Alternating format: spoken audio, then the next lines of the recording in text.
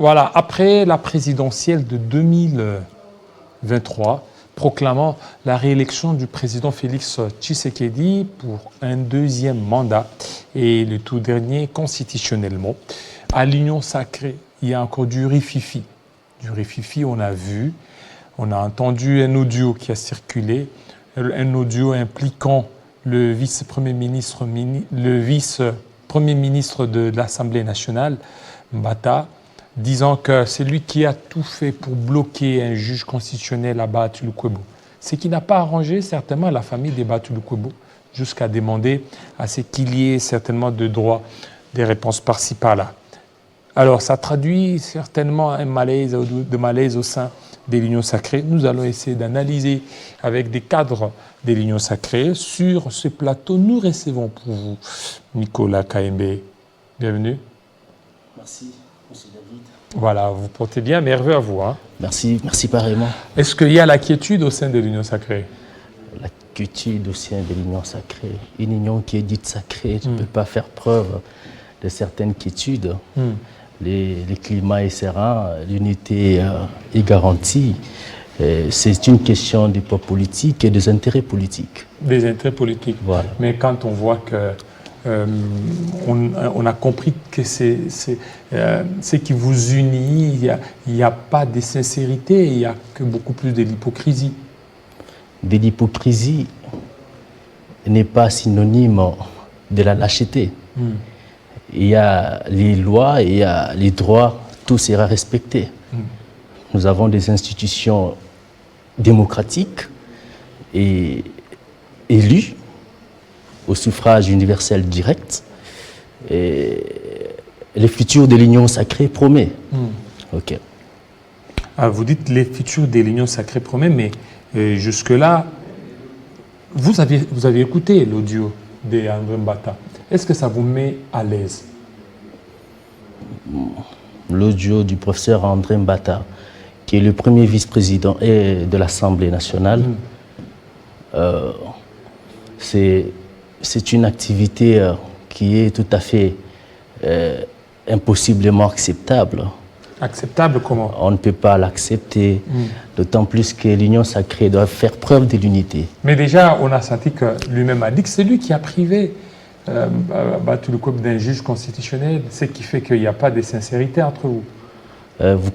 Vous savez, Baatulukwebo a fait beaucoup pour ce pays. Aujourd'hui, il a un grand regroupement politique qui regorge en son sein des députés nationaux, provinciaux.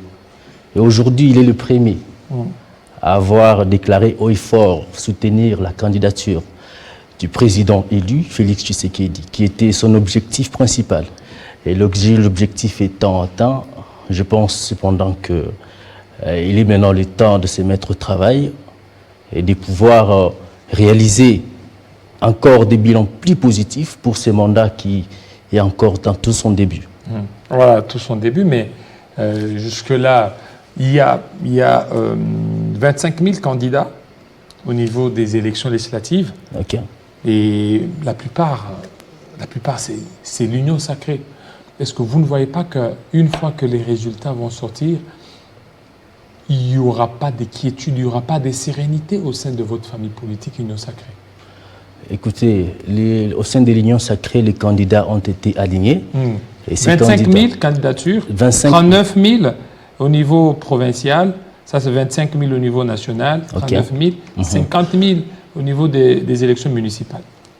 Mais écoutez, c'est tout à fait normal, il faut un renouvellement de la classe politique. Oui, renouvellement, oui, mais là, le problème, c'est le quota maintenant réservé. Les quotas, c'est tout à fait normal. Un quota qui équivaut à une grande famille politique comme l'Union sacrée, avec Mbemba, avec Augustin Kabouya, avec tout ce monde, le président Kaméré, tout le monde au sein de l'Union sacrée, vous sentez qu'il y a du poids. Et l'Union sacrée, c'est une question de l'avenir d'un État. Quand on parle de l'avenir d'un État, on sait voir les personnalités qui ont une volonté politique, assoupie par un désir de servir l'intérêt général. C'est ça l'Union sacrée. L'Union sacrée, ce n'est pas combattre pour régner. Non, l'Union sacrée, c'est une idée de tous.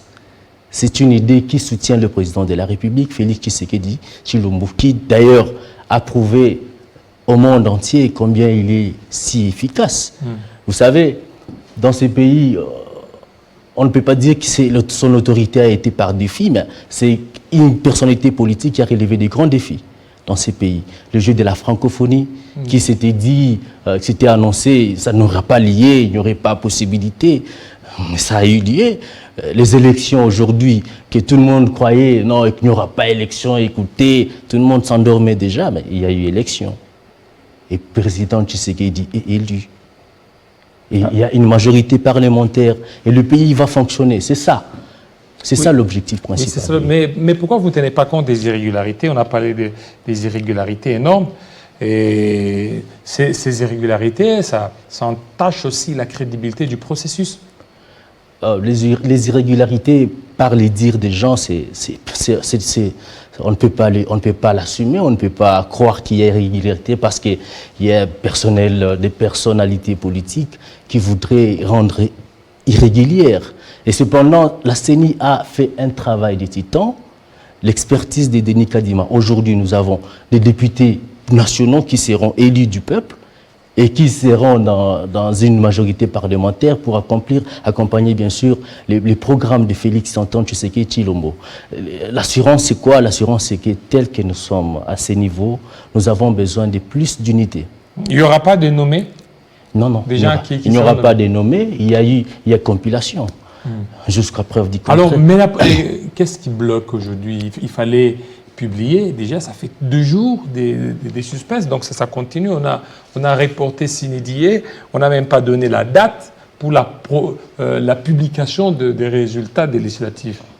Écoutez, il y a des contraintes techniques. Il faut savoir que les machines ont été trouvées dans des maisons. Pas trouvées dans des maisons. Mais c'est ça. Ce sont des anciennes machines. Moi, je veux parler des machines. Il y a des matériaux électoraux qui ont été déployés avec beaucoup de difficultés. Vous savez, le délai d'ailleurs et avec la technicité des Kadima. Aujourd'hui, nous avons eu des élections dans ces pays.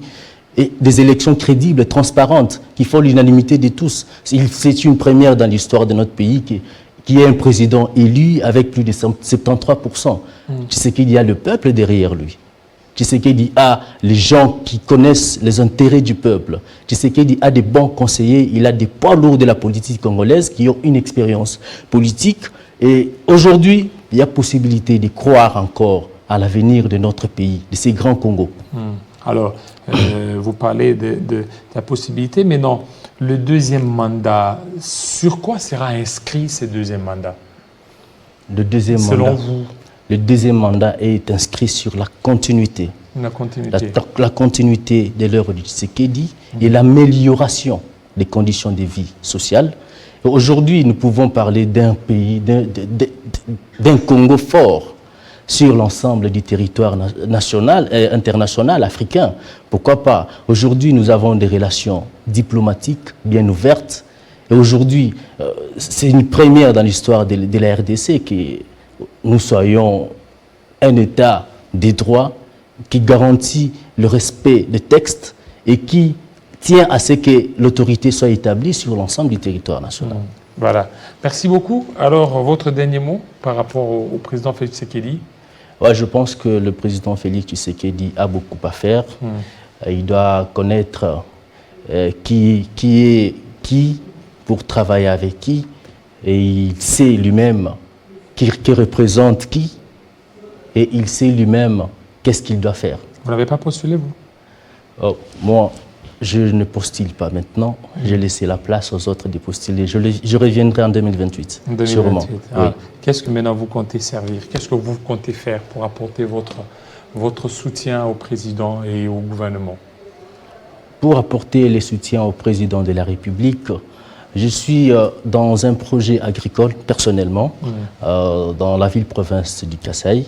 Et puis là, partout dans les grands Kasaï, il y a des terrains que je suis en train d'entretenir agricolement. Donc je suis dans l'agriculture. Dans l'agriculture, c'est un domaine qui nourrit le peuple et je suis beaucoup dans beaucoup d'autres choses. Merci beaucoup.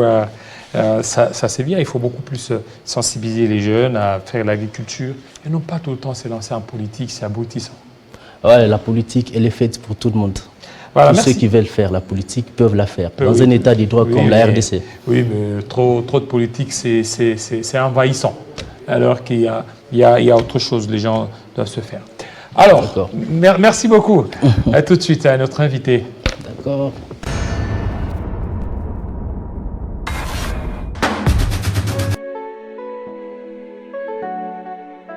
Ambuko Wemby